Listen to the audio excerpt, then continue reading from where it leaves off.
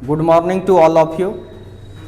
जैसा कि आप लोग को पता है कि अभी हम लोग का चैप्टर 4 चल रहा है, मोशन इन ए प्लेन। उसमें से हम लोग का वेक्टर अभी चल रहा है। वेक्टर्स का चौथा क्लास होगा और इसमें आप देखिए हम लोग रिप्रेजेंटेशन ऑफ वेक्टर तक पढ़ लिए थे।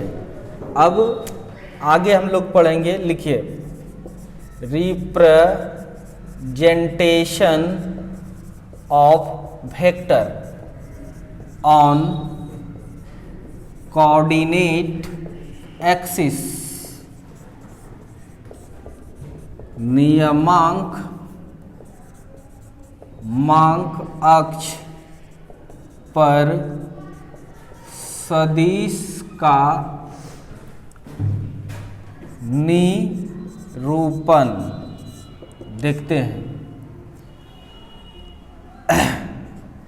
पहला, when a vector A makes an angle theta with x-axis, जब कोई सदिश x अक्ष से थीटा डिग्री के कोण बनाती है, तब कैसे रिप्रेजेंट करेंगे? नहीं तो आपको पता है कि ये कोऑर्डिनेट एक्सिस है, नहीं इसको हम लोग एक्स एक्सिस कहते हैं और इसको हम लोग वाई एक्सिस कहते हैं।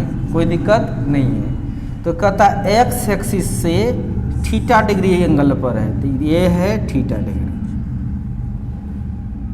ठीक है, तो यही है आपका वेक्टर ए। इस तरह से रिप्रेजेंट करेंगे। कोई दिक्कत? लिखिए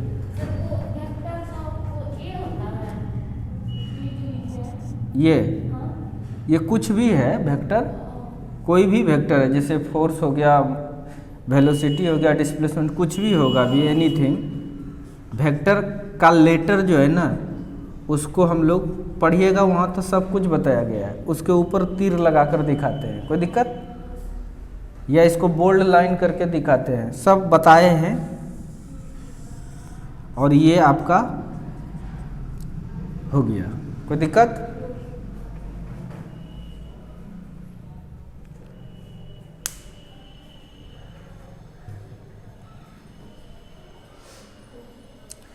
अब दूसरा number, when vector A makes an angle minus theta with x axis. अगर कोई वेक्टर सदिश कोई वेक्टर माइनस कोण बना रहा है, कितना बना रहा है? माइनस। तब जानते हैं उसका फिगर कैसा होगा? तब ये नहीं होगा, यहाँ ये प्लस था, ये होगा, ये है वेक्टर ए और ये माइनस थीटा। इस तरह से रिप्रेजेंट करेंगे। कोई दिक्कत? कोई दिक्कत? जैसे घड़ी चलती है, घड़ी यहाँ पर 12 है और यहाँ पर 6 और यहाँ 3 और यहाँ 9, इस तरह से। तो घड़ी तो इस तरह से चलता है, ऐसे रहता है तो क्लॉकवाइज, ऐसे रहेगा तो क्लॉकवाइज लेते हैं निगेटिव एंगल को। क्लॉकवाइज किसको लेते हैं? नेगेटिव एंगल को। समझे कि नहीं? क्लॉकवाइज नेगेटिव एंगल को, और एंटी क्लॉकवाइज जो है वो होता है पॉजिटिव एंगल। समझ में आ रहा है कि नहीं? तो ये बच्चा तो समझ लेता है। लिखिए इसको,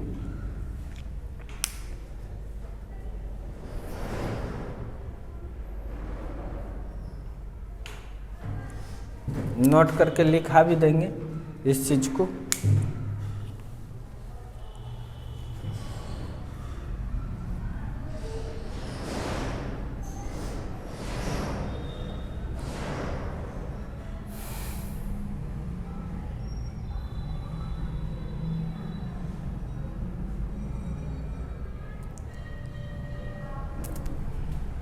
तीसरा नंबर अगर बात करें, अगर आपको कह दिया ये थीटा एंगल बना रहा है वाई एक्सिस से, कि कहाँ से बना रहा है? ये वाई एक्सिस से थीटा एंगल बना रहा है।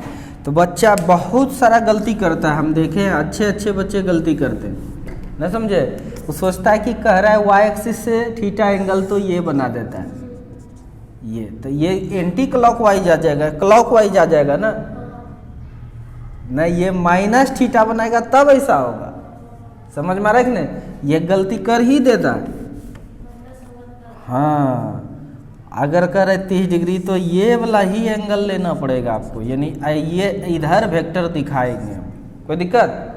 तो लिखिए जल्दी से।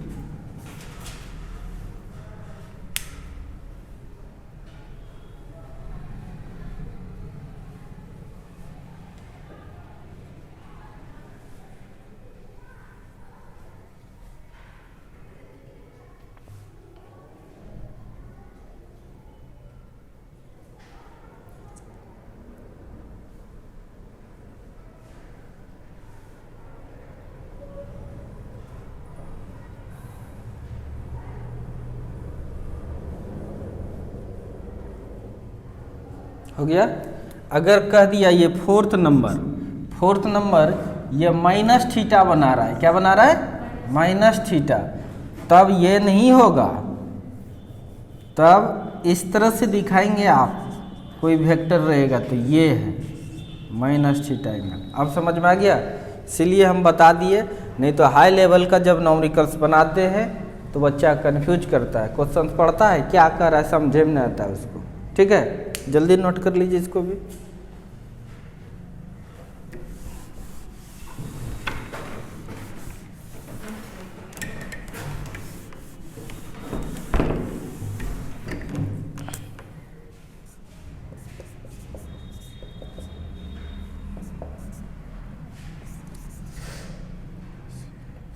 क्लॉकवाइज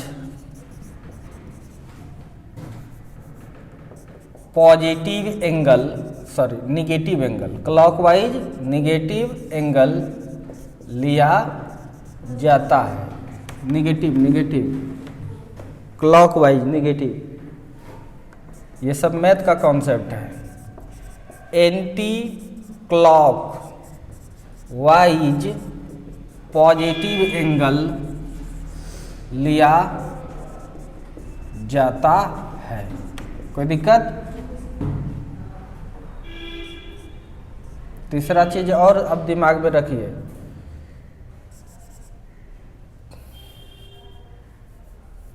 छोड़ो, बस इतना एंगल के बारे में ये दो चीज याद रखिए।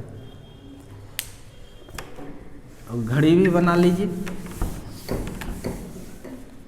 ये घड़ी बना लीजिए एक, तब समझ में आएगा। ये 12 है, ये 6 है, ये 9 है, और ये 3 है, और ये 9 है। इस तरह से है घड़ी जो चलती है, इस तरह से, ऐसे नहीं, ये है क्लॉक वाइज, बहुत जगह यूज होने वाला है।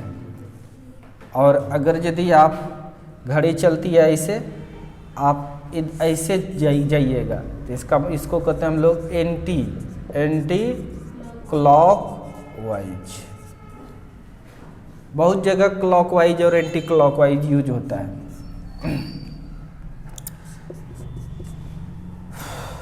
कोई दिक्कत? अब डायरेक्शंस वेक्टर का कैसे दिखाते हैं हम लोग? डायरेक्शन ऑफ वेक्टर, सदिश की दिशा, इस चीज पर चर्चा करेंगे। The angle made by vector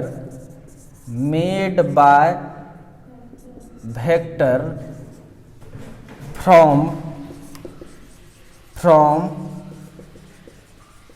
reference line is called direction of vector.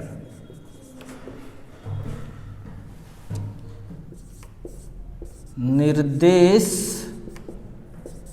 रेखा से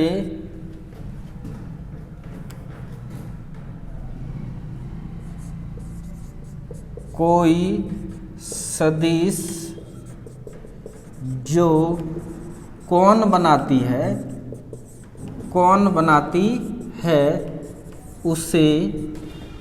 उसे हम लोग सदिश की दिशा कहते है। ठीक है, जैसे देखिए कुछ भी रेफरेंस ले सकते हैं, रेफरेंस समझते होंगे आप लोग नहीं, जैसे हम बताएंगे कुछ किसी चीज़ के बारे में, स्टेशन से 2 किलोमीटर दूर है एसएम कॉलेज, तो स्टेशन क्या है, रेफरेंस पॉइंट है, क्या है, नहीं समझे। तो किसी भी चीज़ को डायरेक्शन जब बताते हैं हम लोग तो रेफरेंस लेना पड़ता है, नहीं समझे। जैसे मान के चलिए ये आपका है नॉर्थ और ये है साउथ, ये है ईस्ट और ये है वेस्ट, अगर बीचे बीच रहता है इसको कहते हैं नॉर्थ ऑफ ईस्ट, क्या कहेंगे, लेकिन जरूरी है इसको कहे अगर नॉर्थ ऑफ ईस्ट तो इसको क्या कहेंगे, तो गड़बड़ हो जाएगा ना। तो कोई भी रेफरेंस अगर ये लिए तो यहाँ से ये जो एंगल बनाएगा, यहाँ से जो एंगल बनाएगा वही उसका डायरेक्शन हो जाएगा। यानी डायरेक्शन जब भी निकालना होगा तो एंगल निकालना पड़ेगा। क्या निकालना पड़ता है, एंगल निकालना पड़ता है। इस चीज़ का फिगर हम ऊपर में बना देंगे। यानी डायरेक्शंस जब कभी भी निकालना है आपको तो आपको निकालना है एंगल। क्या निकालना है आपको, एंगल। सपोज डैट ये एक्स एक्सिस है, क्या है ये, और ये क्या है, वाई एक्सिस है। अगर कोई वेक्टर ये है ए, कोई दिक्कत, पूछेंगे इसका डायरेक्शंस कितना है तो ये एंगल बता दीजिए। यही एंगल जो है, एंगल यही है आपका डायरेक्शन, यही क्या है, डायरेक्शन। समझ में आ रहा है कि नहीं। जैसे आप यहाँ से भी बताइए, ये अगर नॉर्थ है और ये साउथ है, ये ईस्ट है और ये वेस्ट है, अगर कोई वेक्टर इस तरह से है तो आप ये एंगल, अगर ये रेफरेंस और ये है आपका रेफरेंस लाइन, क्या है ये, रेफरेंस लाइन, ना समझे। अगर आप रेफरेंस लाइन से ये यूज कीजिएगा तब ये एंगल बताएंगे, कोई दिक्कत। तो रेफरेंस लाइन अगर हम मान के चलिए ये यूज कर रहे हैं, ठीक है, तो ये एंगल बता देंगे। तो ये जो एंगल बताइएगा यही एंगल है आपका क्या, डायरेक्शन, कोई दिक्कत। यानी कोई भी वेक्टर रेफरेंस लाइन से जो एंगल बनाता है, आप जो भी रेफरेंस लाइन लिए हैं उसी को कहते हैं वेक्टर का डायरेक्शन। यानी डायरेक्शन मतलब एंगल बताना नहीं। अब कहेगा भाई ईस्ट से 10 डिग्री पर है, इतना इधर जा रहा है, 20 डिग्री पर है, यहाँ जा रहा है 30 डिग्री पर और बड़ा, 60 पर और बड़ा, 70 पर और बड़ा, 90 पर इधर चला गया नॉर्थ के अलावा। यानी एंगल बता देंगे रेफरेंस लाइन से तो वही वेक्टर का डायरेक्शन होगा। और मैग्नीट्यूड ये लेंथ पर डिपेंड करता है। लेंथ अगर छोटा है तो मैग्नीट्यूड कम, लेंथ अगर बड़ा है तो मैग्नीट्यूड बड़ा है, ठीक है। अब बाकी देख ही लेना है, बहुत डिटेल्स में पढ़ाए हैं, 2-3 क्लास लगा होगा तो डिटेल तो हुआ होगा, लिख लीजिए।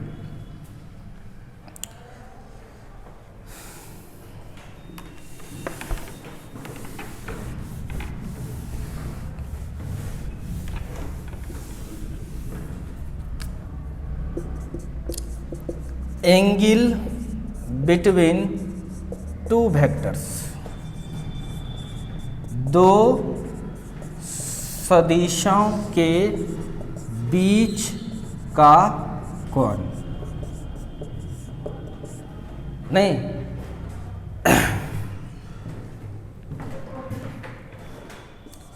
if the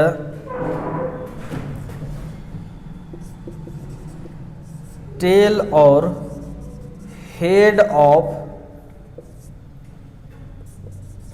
two vectors at same point, then angle between them is called angle between two vectors। जब दो सदिशों का हेड या टेल एक पॉइंट पर होता है, एक पॉइंट पर होता है, तब दोनों वेक्टर्स के बीच बने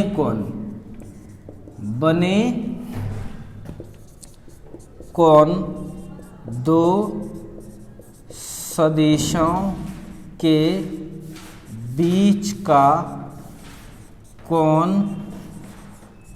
कहलाती है।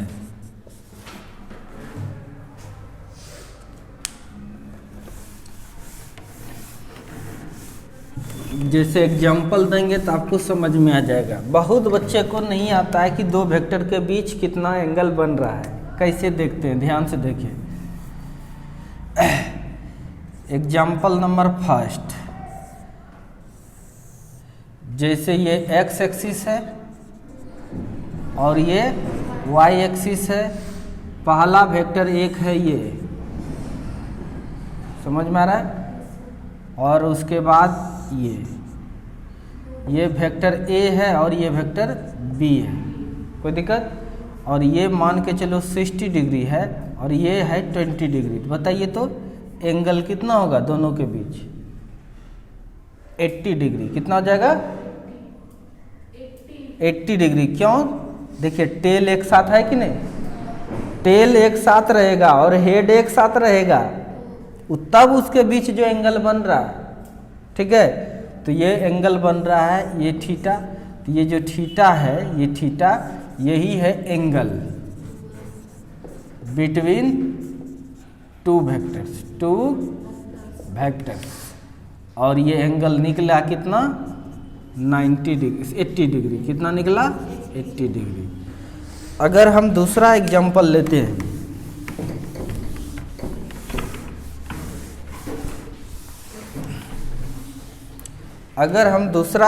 लेते हैं, फटाक से देखिएगा। ये दूसरा एग्जांपल लेते हैं। ये एक्स एक्सिस और ये वाई एक्सिस। कोई वेक्टर है ये ए और दूसरा वेक्टर है ये बी।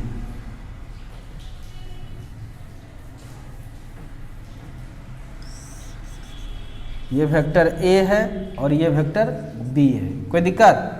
तो ये एंगल आपको दिया है 30 डिग्री। कितना है? 30 डिग्री। कोई दिक्कत?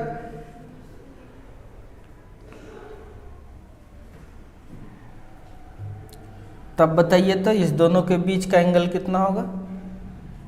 देखिए यहाँ हेड और टेल है, नहीं समझे?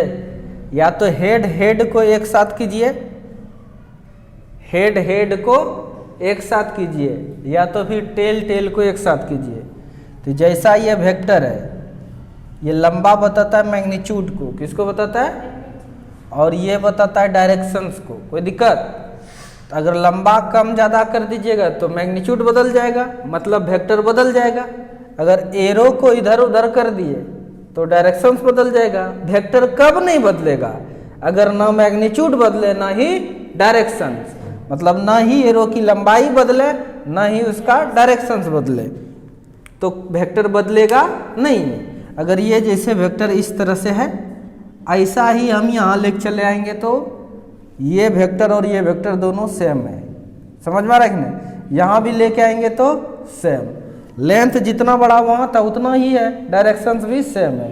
यानी इस चीज़ को आप चाहे तो यहाँ ला सकते हैं, कोई दिक्कत? ये इस तरह से रहे, चाहे इसको आप इस तरह से कर दीजिए, इस तरह से, दोनों का मतलब क्या है? सेम। दोनों का मतलब क्या है? सेम। यहाँ पर भी आप बना सकते कि ये वेक्टर बी है, कोई दिक्कत? अब जो ये एंगल है, ठीक है, अब जो ये एंगल होगा ये होगा थीटा। समझ में आ रहा है कि नहीं? ये एंगल होगा थीटा। अभी मान के चलो कुछ नहीं दे रहे हैं, रहने दो। तो ये वाला एंगल जो ये इस तरह से कर सकते हैं, या यहाँ पर जैसे ये टेल था बी का, ए का भी टेल यहाँ ला सकते हैं। जैसा है ये उस तरह से ऐसे कर दिए तो ऑब्वियसली है जो एंगल ये है वही एंगल तो ये भी है। नहीं, यानी एंगल आप तभी बताइएगा जब टेल साथ रहेगा या हेड साथ हो। जैसे ये यहाँ है, इस चीज़ को आप ऐसे करके यहाँ भी बना सकते हैं, लेकिन लेंथ जितना बड़ा है उतने बड़ा लेंथ। अब समझ में आया बी। तो ऑब्वियसली है, देखो जो एंगल ये है वही एंगल ये है कि नहीं, है कि नहीं? समझ में आ गया सबको? जैसे यही वेक्टर है, इसी चीज़ को आप यहाँ पर भी बना सकते हैं। ए को लेके चले गए कि नहीं, हैं? ए को लेके चले गए। अब इस दोनों के बीच का एंगल, ये थोड़ा सा बढ़िया से बनाएंगे, गड़बड़ हो गया। हेड को मिलाना है, किसको मिलाना है? ये हेड ऐसा है ना, इस तरह से हेड को मिला दीजिए।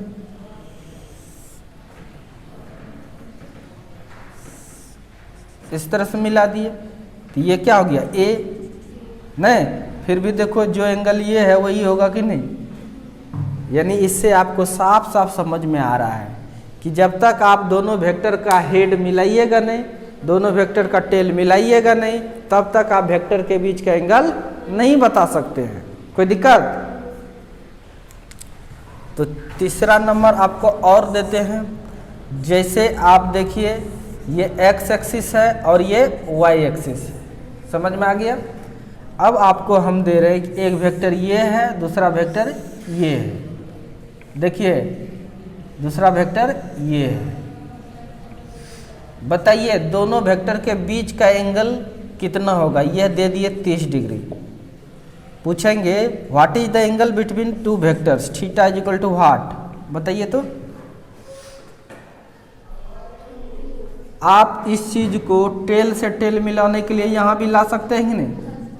बोलो पूरा कितना होता है? 90। बताइए इतना सा कितना हो जाएगा? 60 होगा कि नहीं? एंगल कितना हो जाएगा तब? 90 माइनस 30 बराबर कितना? 60। कोई दिक्कत? आपको ये दे देते हैं, एक वेक्टर है दूसरा वेक्टर है, सेम ऑर्डर में है। ये एंगल दे दिया 120 डिग्री। कितना दे दिया? ये है वेक्टर ए और ये है वेक्टर बी। बताइए तो दोनों के बीच का एंगल कितना होगा? थीटा। थीटा कौन सा एंगल होगा ना? यहाँ तो हेड टेल मिल गया है, तो आपको टेल टेल मिलाना पड़ेगा। तो इस चीज़ को ऐसे बना दिए हैं, तो ये हो गया बी। तो ये जो एंगल है यही एंगल ना होगा। यहाँ पर देखिएगा तो आपको ये एंगल चाहिए है, जो एंगल ये है थीटा, तो यहाँ पर यही ना होगा थीटा। तो ये थीटा कैसे निकलेगा बताइए? पूरा 180 डिग्री, 180 में घट जाएगा कितना? 120 डिग्री। कितना जगह? 60 डिग्री। तो बहुत जगह पर जब हम वेक्टर को जोड़ेंगे एंगल का जरूरत आता है। फार्मूला जो प्रूफ होगा उसमें एंगल आएगा ही आएगा, नहीं समझे? इसलिए एंगल निकालना बिहार बोर्ड सब में तो आसान देता है, नहीं समझे? डायरेक्ट देगा, दिखेगा आपको, नहीं समझे? घुमा घुमा के जब सवाल पूछता है तो उस समय आपको दे देगा ये एंगल, पुट कर दो, गलत हो जाएगा। एंगल निकालने आनी चाहिए कि दो वेक्टर के बीच एंगल कैसे होगा। तो दोनों वेक्टर को पकड़ के टेल टेल मिलाइए या हेड हेड मिलाइए, तब जो एंगल बन रहा है वह है रियल में दो वेक्टर के बीच का एंगल। तो आई होप आप समझ गए हैं, नोट कीजिए इसको।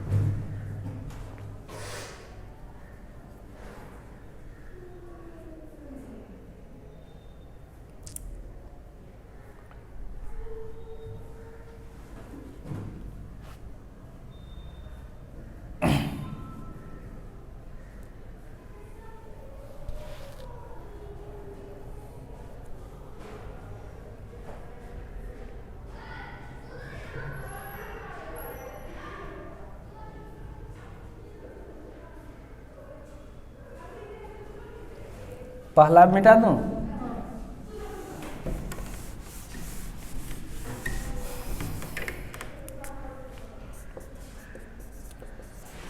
एडिशन ऑफ वेक्टर्स, सदिशों का जोड़। सदिश को जोड़ेंगे कैसे? 3 लॉ है।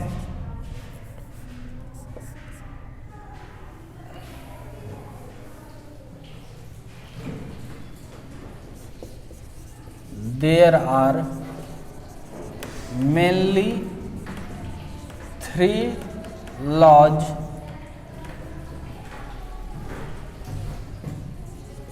which follows the vector addition।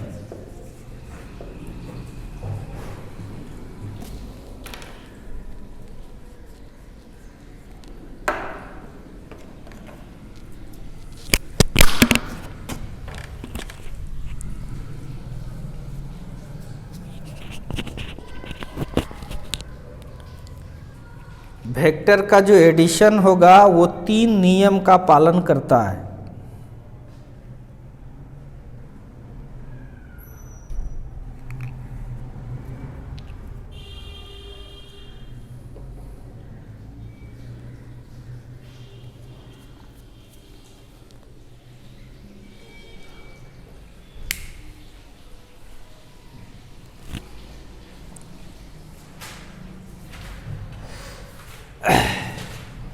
पहला नंबर है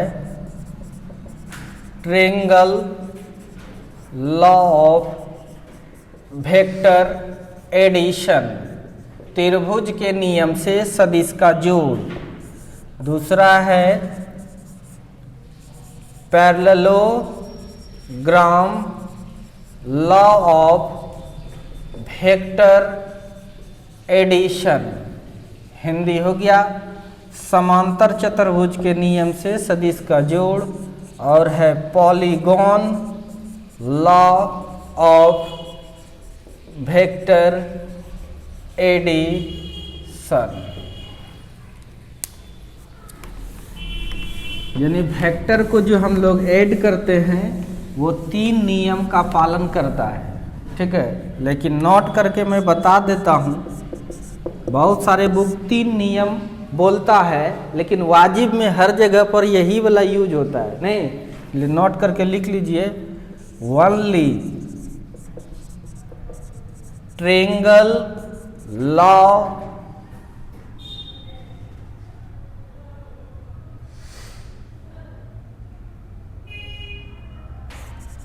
कैन यूज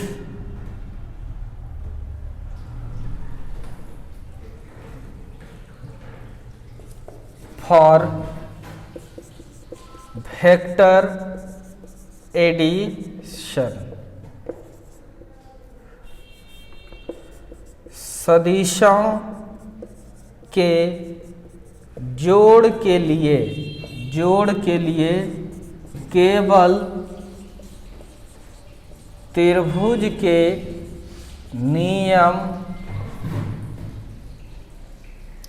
का उपयोग कर सकते हैं। कोई दिक्कत?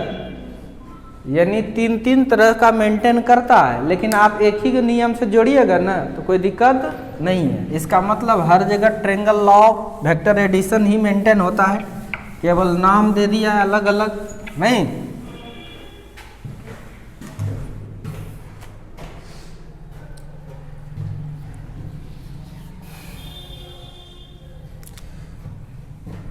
यानी हमको वेक्टर जोड़ने के लिए सीखना है। तो पहला हम ट्रायंगल लॉ देख रहे हैं, triangle law of vector addition किसको कहते हैं?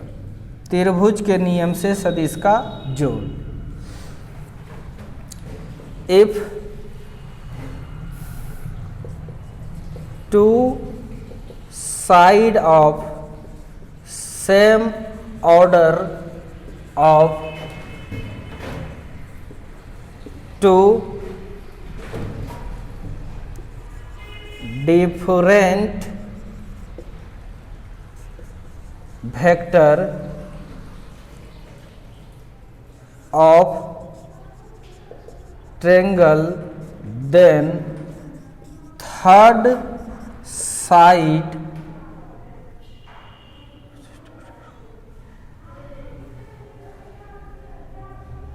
side of opposite order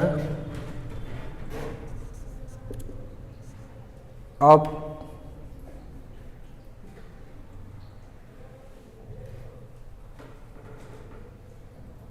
third side of opposite order of triangle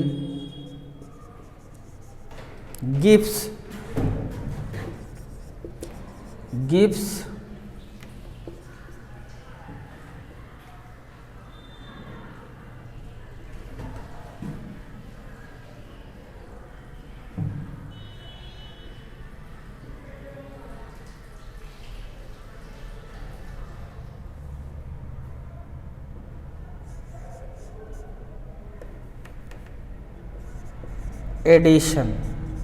addition of two vector which is also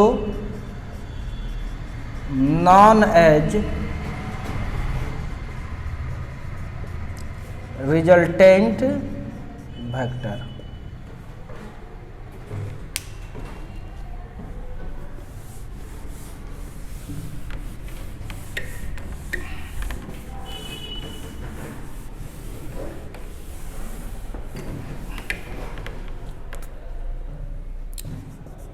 अगर किसी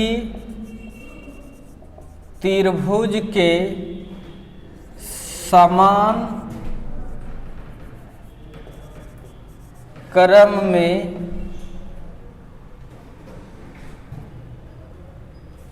दो भुजा दो सदिश को दर्शाता है तो विपरीत क्रम में तीसरी भुजा दोनों सदिशों के जोड़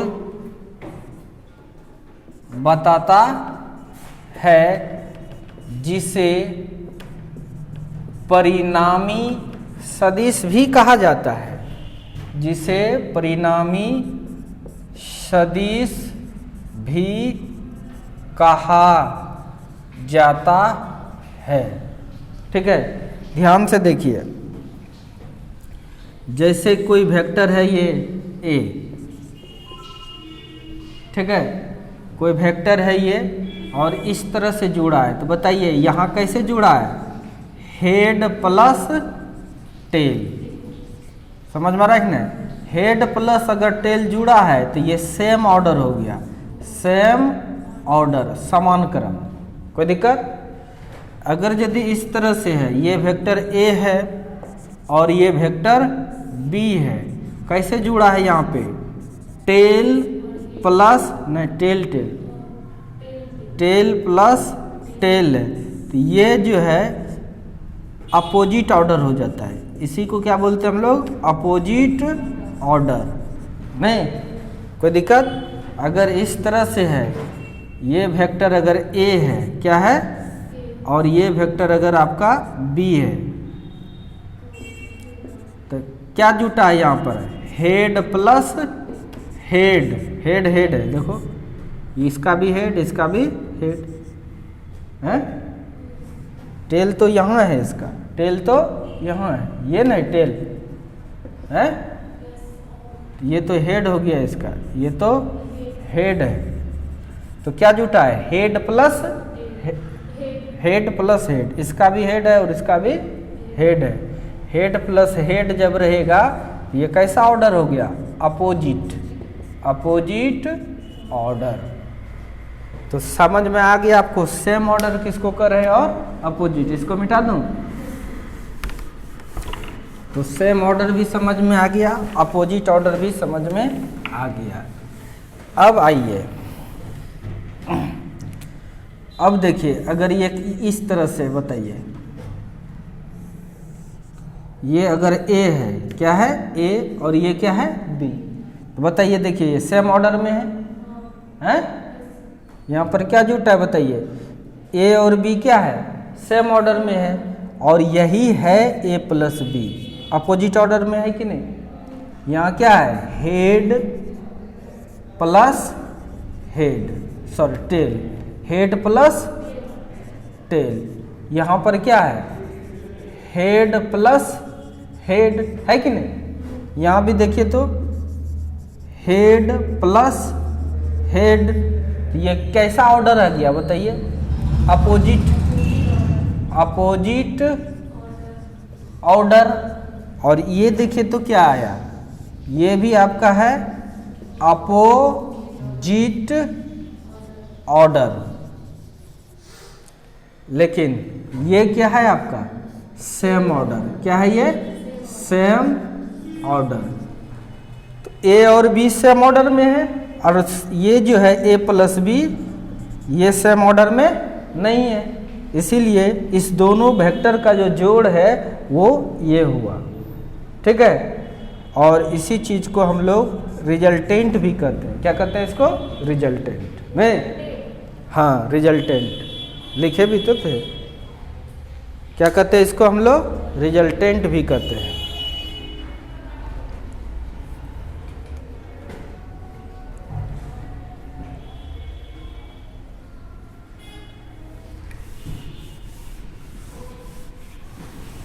हम लोग पढ़ लेते हैं रिजल्टेंट वेक्टर कहते किसको है।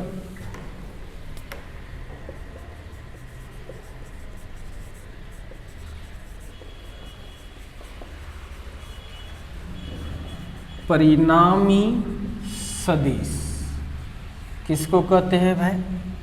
ये चीज को देखना है। परिणामी सदिश कहते हैं किसको? The addition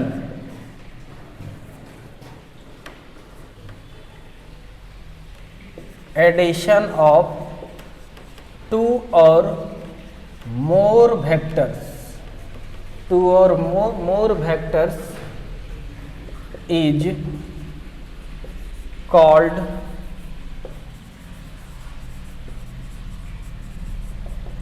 resultant vector.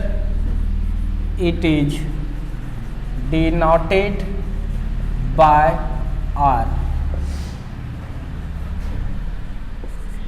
दो या दो से अधिक सदिशों के जोड़ को परिणामी सदिश कहा जाता है। इसे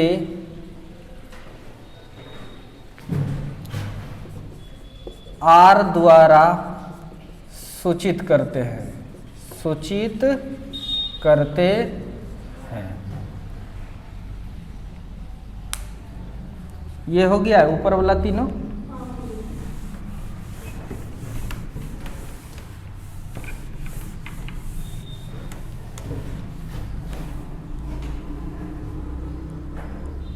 नीचे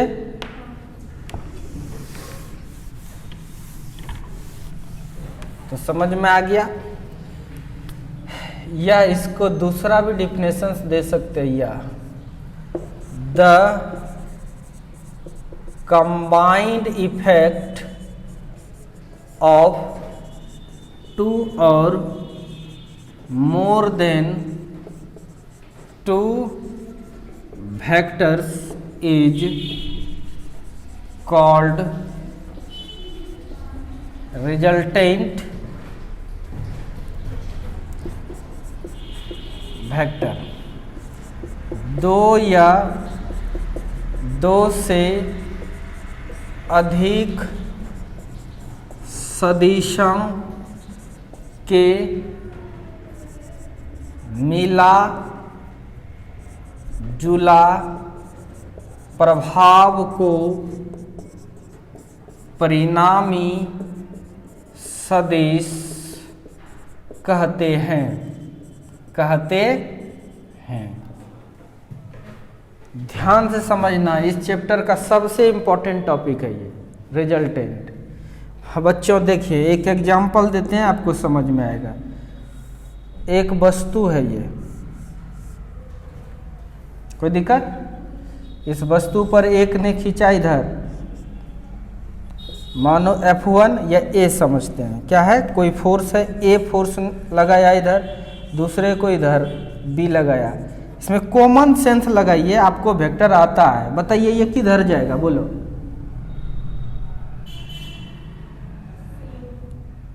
इधर आएगा कि इधर जाएगा कि 3 नंबर के इधर आएगा? Very good. वो जानते हैं ये क्या किए, इस दोनों को जोड़ करके आप बताएं। देखो ये टेल टेल है, लेकिन आपको किससे जोड़ना है, हेड से। इस चीज को आप ला सकते हैं नहीं, यहाँ इस चीज को लेकर के आ गए और यहाँ पर जोड़ दिए, इस चीज को लेकर के आए और जोड़ दिए, यही है ना बी। अब क्या करते हैं, अपोजिट ऑर्डर में मिला दिए, यही क्या कहलाता था आपका A प्लस बी, क्या कहलाता था A प्लस बी, यही है ना R। अब समझ में आया, ध्यान से समझना। 2 या 2 से अधिक वेक्टर के जोड़ को रिजल्टेंट वेक्टर कहते हैं। देखिए 2 ठो लिए एग्जाम्पल है, A है और B है, इसका जो जोड़ तो आपने किया वही क्या है, रिजल्टेंट वेक्टर। दूसरा देखिए, द कंबाइंड इफेक्ट ऑफ 2 और more then 2 vectors is called resultant vector. तो ये जो 2 वेक्टर था इसी का कंबाइंड इफेक्ट है, ये ना इधर गया ना इधर, वाजिब में चला जाएगा इधर, इसीलिए ये रिजल्टेंट कहलाता है। अब समझ में आ रहा है कि नहीं, कोई दिक्कत? दूसरा और भी देते हैं, मान के चलिए कोई एक बॉडी है ये, और इस पर एक फोर्स लगाए इस तरह से, दूसरा लगाए इस तरह से, ये B और ये क्या आ गया A। बताइए ये किधर जाएगा, तो ये मिला देंगे तो यही होगा A प्लस बी, क्या होगा? अब सोचिएगा सर ये उड़ के यहाँ से जाने लगेगा, नहीं, यहाँ पर जाएगा इस तरह से, न समझे, ना डायरेक्ट इधर गया ना इधर गया, उसके बीचे बीच जाए। चूंकि कोनो तीर तो होता नहीं है वेक्टर, उसको दिखाएंगे ना, न समझे, ये कोई रिप्रेजेंट करते हैं ना, केवल 500 न्यूटन लगेगा तो फिर भी यहीं पर लगेगा, और 200 न्यूटन लगेगा तो यहीं पर, लेकिन दिखाते हैं 500 के लिए बड़ा एरो, 200 के लिए छोटा।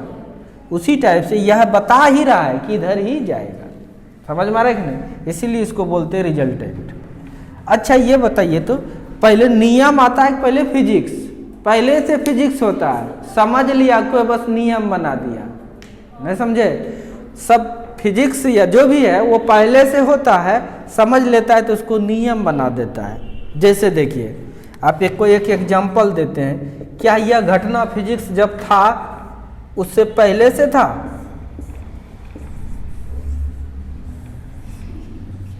हैं? ये देखिए, ये गुलेटा देखें हैं, आप देखिए गोली यहाँ रखते हैं बीचे बीच भागता था कि नहीं, लेकिन रबड़ खिंचाया इधर, तब रबड़ खींचना इसको चाहा इधर है, और ये वाला रबड़ चाहा खींचना इधर, ना गया इधर ना गया इधर, किधर गया? जानते हैं साइंटिस्ट ने देखा कि अब जोड़ दीजिए, इसको यहाँ आके जोड़ दिए इस तरह से, ये मानिए A है, ये क्या है A और ये क्या है B, तो ये B को यहाँ लाए तो बताइए इधर जाएगा कि नहीं है? पहले जाता था। सच में ये ट्रायंगल वाला नियम फॉलो किया कि नहीं, बोलो। अब पैरेललोग्राम क्या है, कहता है कि इसके पैरेलल लाइन खींचिए, खींच दिए, फिर इसके पैरेलल लाइन खींचिए, खींच दिए, और कॉमन टेल से डायगोनल ड्रॉ कर दीजिए, ये रिजल्टेंट। तो पैरेललोग्राम भी तो यही है, नहीं समझे, इसीलिए हर जगह ट्रायंगल लॉ से ही काम चला सकते हैं, वाजिब में वही है, नहीं समझे, बाकी लोग इस तरह से भी सोचता है, कोई दिक्कत? तो ये भी है आपका, इसीलिए इसका नाम पड़ा रिजल्ट। क्या पड़ा इसका? रिजल्ट। और यही है रिजल्ट, मतलब दोनों का जोड़ है, स्केलर वाला जोड़ नहीं, वेक्टर। स्केलर जोड़ जो है ना, वो इसका फार्मूला निकलेगा ना, अब वो सीधा जुट जाता है, लेकिन ये जो जुटेगा फार्मूला निकलेगा। अभी पहले जोड़ने के लिए सिखा रहा हूँ मैं, इसको नोट कीजिए।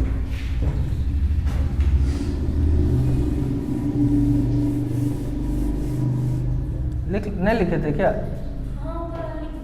नीचे वाला? ठीक ठीक। ये एक मैथ सीख रहे हैं हम लोग, मैथमेटिक्स सीख रहे हैं। नहीं, फिजिक्स जब हम लोग पढ़ेंगे तो हमें दो तरह का क्वांटिटी मिलेगा, एक स्केलर और दूसरा वेक्टर।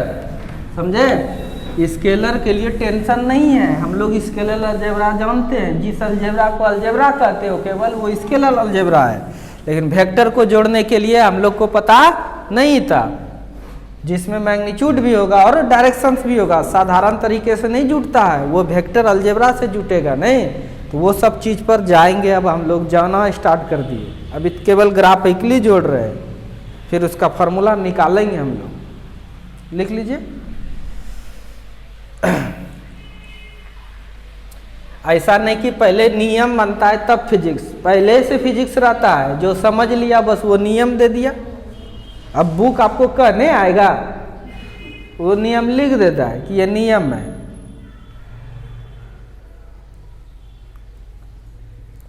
ऐसा बहुत सारा घटना होता है, आपको देखिए दिखाता हूं। हम ही हैं, देखिए यहाँ हमको एक स्टूडेंट इधर खींचेगा, दूसरा इधर खींचेगा, तो किधर जाएंगे? बीचे बीच जोड़ लेंगे उस तरह से, उसके बाद जाएंगे इसे बीचे बीच। समझ में आ रहा है कि नहीं? ऐसा काम हम लोग करते भी थे। बताइए, कभी कोई भी चीज़ होता है उसको उठाना होता है हमको, मान के चलिए जैसे ऐसे पानी देखते थे, दो आदमी मजदूर मिलता है, पानी को टीन से उठा उठा फेंकता है कि नहीं? इधर भी रस्सी पकड़ा, उधर भी पकड़ा है, छोड़ता है, उसके बाद सीधा खींचता है, फेंक देता है। वहाँ भी क्या है? रिजल्ट। लगा किधर किधर उससे मतलब नहीं है, गया किधर वो है रिजल्टेंट। समझ में आ रहा है कि नहीं? उसको हम लोग क्या बोलते हैं? रिजल्टेंट। तो वो रिजल्टेंट जो निकालते हैं वह ट्रायंगल के नियम का पालन करता है। किसके नियम का पालन करता है? ट्रायंगल के नियम का पालन करता है। अब फिर कहिएगा और भी तो बताए सर, पैरेललोग्राम लाओ, तो वो भी यही है। नहीं, ट्रायंगल में हेड और टेल जब जोड़ देते हैं तो ट्रायंगल उसी को, यही वेक्टर को शिफ्ट करा के यहाँ लेके चले आएंगे, या यहाँ रहेगा टेल टेल जुड़ा हुआ, तो उसको पैरेललोग्राम कर देंगे। तो यानी कहने का मतलब कुछ नहीं, पैरेललोग्राम सब आप एक ही यही याद रखिए, ट्रायंगल वाला। कौन सा? बाकी उसका फॉर्मेलिटी के लिए पढ़ना है केवल। तो ये है वेक्टर एडिशन। मिटा दूं इसको।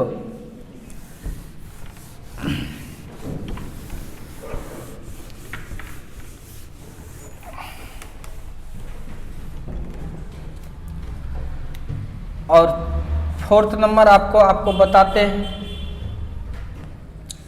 कि ये बॉडी है, ये ठीक है। एक वेक्टर ये मार रहा है धक्का इसको, दूसरा इसको खींच लिया इधर,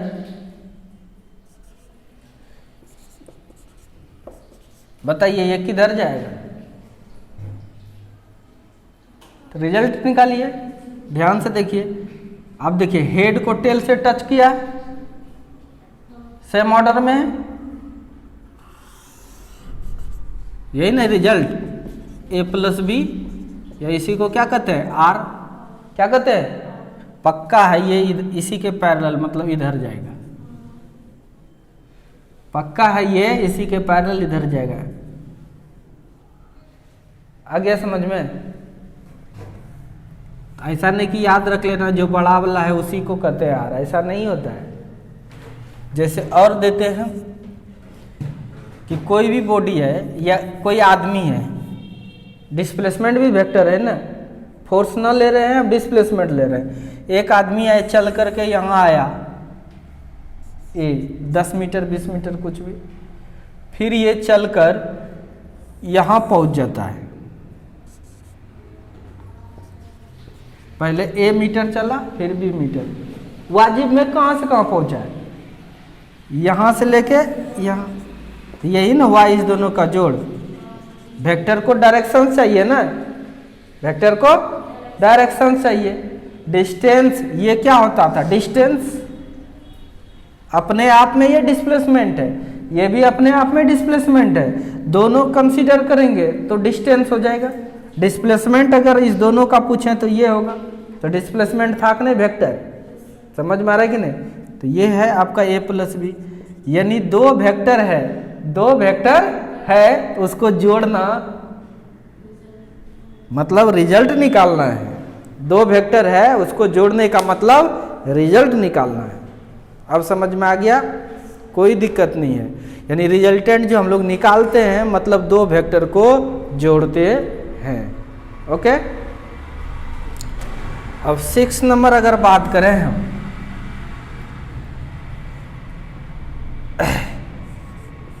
बताइए एक आदमी इसको इधर खींच रहा है, दूसरा इधर खींच रहा है, फोर्स ही लगा देते हैं, कोई दिक्कत?